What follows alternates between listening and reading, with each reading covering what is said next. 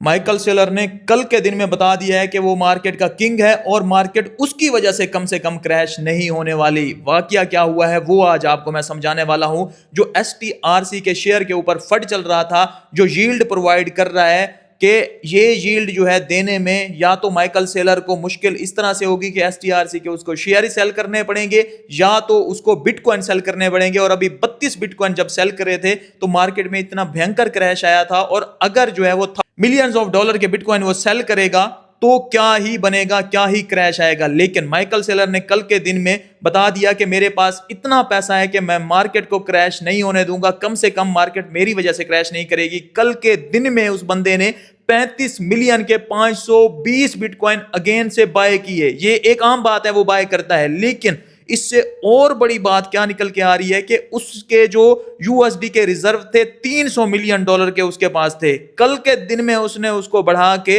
1.4 billion dollar के कर दिए हैं। अब आप समझिएगा कि STRC के शेयर उसने लॉन्च क्यों किए थे और उसको मुश्किल क्या आ रही थी। आपको इजी वर्डिंग में समझाता हूं। उसने कहा कि इंस्टीट्यूशन के पास ट्रिलियन ऑफ डॉलर पड़े हुए हैं, लेकिन वो बिटकॉइन में नहीं आते, वो बॉन्ड्स वगैरह में वहां पे जाना पसंद करते हैं क्योंकि वहां पे उनको यील्ड वगैरह मिलती है, रिटर्न वगैरह, फिक्स्ड इनकम मिलती है ईयरली। तो यहां पे भी मैं STRC के कुछ इस तरह के जो है इंस्ट्रूमेंट्स कह लें या इस तरह के जो है सेटअप बनाता हूं, जहां पे जो है अगर STRC के शेयर आप लेंगे, उसको होल्ड करेंगे, तो उसके ऊपर भी 11.5% आपको रिटर्न मिलेगा ताकि इंस्टीट्यूशन भी इसमें आए। और ये STRC के जो शेयर हैं, ये अगर $100 से पैक्ड रहेंगे, $100 से ऊपर रहेंगे, तो STRC के न्यू शेयर जो है वो बंदा लॉन्च कर सकता है, जिससे इनकम जनरेट कर सकता है। लेकिन $100 से जब नीचे आएंगे, जैसे अभी 80 या $85 तक आ चुका था शेयर, तो यहां पे जो है वो न्यू जो शेयर हैं वो लॉन्च नहीं कर सकता, जिससे उसकी इनकम जनरेट नहीं होती। तो इनकम तो रुक गई है, लोगों को लग रहा था। अब जो है इसको बिटकॉइन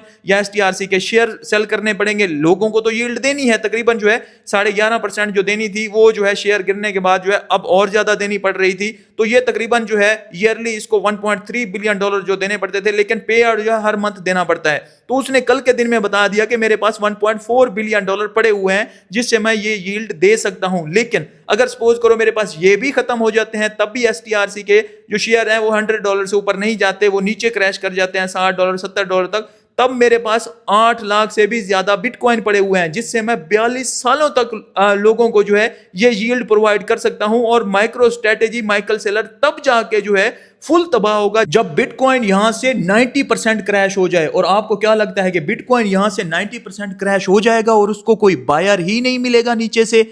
ऐसा आपको लगता है? मुझे नहीं लगता कि इंस्टीट्यूशन अगर 90% यहां से क्रैश हो जाए तो बायर जो है नीचे से नहीं मिलेगा। मैं खुद जो है अपना घर बार बेच के जो है बिटकॉइन में घुस जाऊंगा अगर यहां से 90% क्रैश हो जाए। तो क्या आपको लगता है नीचे से बायर नहीं मिलेगा? तो ये एक फंड है और ये फंड जो है बड़ी बुरी तरह फैलाया जा रहा था। माइकल सेलर ने जो है उसको उठा के रद्दी की टोकरी में अगेन से फेंक दिया है। और जो 32 बिटकॉइन सेल किए हैं उसके बाद उसने कहा है कि अगर मुझे बिटकॉइन सेल भी करने पड़े तो लोगों को यील्ड देने के लिए मैं सेल करूंगा, ऐसे ही मैं बिटकॉइन को सेल नहीं करने वाला। और कल के दिन में 35 मिलियन के अगेन से बिटकॉइन बाय करके उसने बता दिया है कि बिटकॉइन ही मेरी प्रायोरिटी है और बिटकॉइन ही मेरी जिंदगी है। अब मुझे नहीं पता कि बिटकॉइन के बारे में ऐसी क्या चीज माइकल सेलर को पता लग गई है कि वो बिटकॉइन को कभी भी गिरने नहीं देना चाहता।